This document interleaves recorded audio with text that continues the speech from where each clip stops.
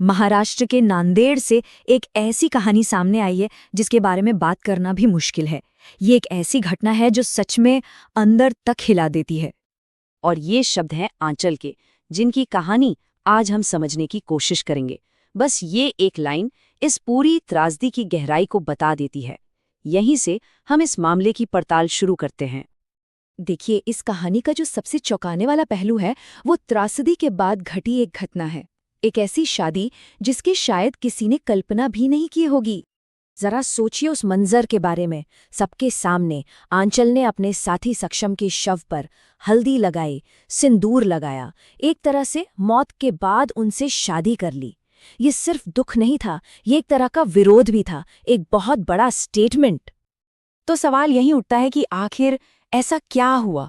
क्यों एक प्रेम कहानी का अंत इस तरह की रस्म में हुआ? इसका जवाब जानने के लिए हमें इस रिश्ते की कहानी में थोड़ा पीछे जाना होगा। तो चलिए उस सवाल का जवाब ढूंढते हैं। कहानी की शुरुआत में चलते हैं और समझते हैं कि सक्षम और आंचल कौन थे और वो किस मुश्किल का सामना कर रहे थे। दोनों 3 साल से एक रिश्ते में थे, एक दूसरे से प्यार करते थे और शादी करके अपनी पूरी जिंदगी एक साथ बिताना चाहते थे। तो फिर दिक्कत क्या थी? दिक्कत थी परिवार का इनकार। और इस इनकार की वजह थी एक ऐसी सामाजिक दीवार जिसे आज भी कई लोग पार नहीं कर पाते। दोनों की जाति का अलग होना। और बस इसी इनकार के बाद कहानी एक बहुत ही खौफनाक मोड़ ले लेती है।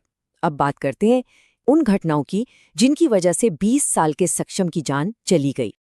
जो आरोप लगे हैं उनके मुताबिक हमला बेहद बेरहमी से किया गया। कहा जा रहा है कि सक्षम पर पहले गोली चलाई गई और फिर उसके सर पर टाइल से हमला किया गया, जिससे सिर्फ 20 साल की उम्र में उसकी मौत हो गई। और जो बात इस कहानी को और भी ज्यादा भयानक बना देती है वो है आरोपियों की पहचान। हत्या का मुख्य आरोप किसी और पर नहीं बल्कि आंचल के अपने पिता और भाइयों पर है। अब उस धोखे की बात करते हैं जिसका दावा आंचल कर रही हैं।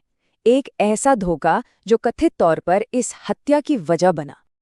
यहाँ वादा और आरोप के बीच जमीन आसमान का फर्क है। आंचल का कहना है कि परिवार ने पहले शादी के लिए हामी भरी, लेकिन असल में उस वादी की आड़ में एक हत्या की साजिश रची जा रही थी। और आंचल के आरोप सिर्फ परिवार तक ही सीमित नहीं है। उनका ये भी दावा है कि मदद के लिए वो पुलिस के पास भी गईं, लेकिन वहां से भी उन्हें सिर्फ झूठे दिलासे और धोखा ही मिला। इस मामले में अब तक आंचल के पिता और भाइयों समेत 5 लोगों को गिरफ्तार किया जा चुका है और कानूनी कार्रवाई चल रही है। गिरफ्तारियां तो हो गई हैं, लेकिन ये मामला सिर्फ एक अपराध तक सीमित नहीं है। इस घटना को एक बड़े सामाजिक नजरिए से देखना बहुत जरूरी है। तभी हम समझ पाएंगे कि ये कहानी पूरे देश में क्यों गूंज रही है। इस मामले को अक्सर ऑनर किलिंग से जोड़ा जा रहा है। इसका मतलब होता है जब परिवार के लोग ही किसी की हत्या कर देते हैं क्योंकि उन्हें लगता है कि उस व्यक्ति के काम से परिवार के सम्मान को ठेस पहुंची है। तो ये मामला सिर्फ एक अपराध की कहानी से कहीं ज्यादा है। ये ऑनर किलिंग का एक बहुत बड़ा कथित मामला है।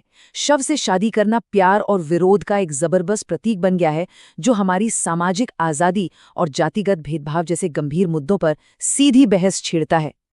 और आखिर में ये पूरी घटना हमारे सामने कुछ बहुत गहरे सवाल छोड़ जाती है। सवाल ये कि प्यार करने की आज़ादी पर समाज का कितना हक है। ये जाति की बेड़ियां आखिर टूटेंगी कब? और न्याय का असली मतलब क्या है? ये वो सवाल हैं जिनका जवाब हम सबको मिलकर एक समाज के तौर पर ढूंढना होगा।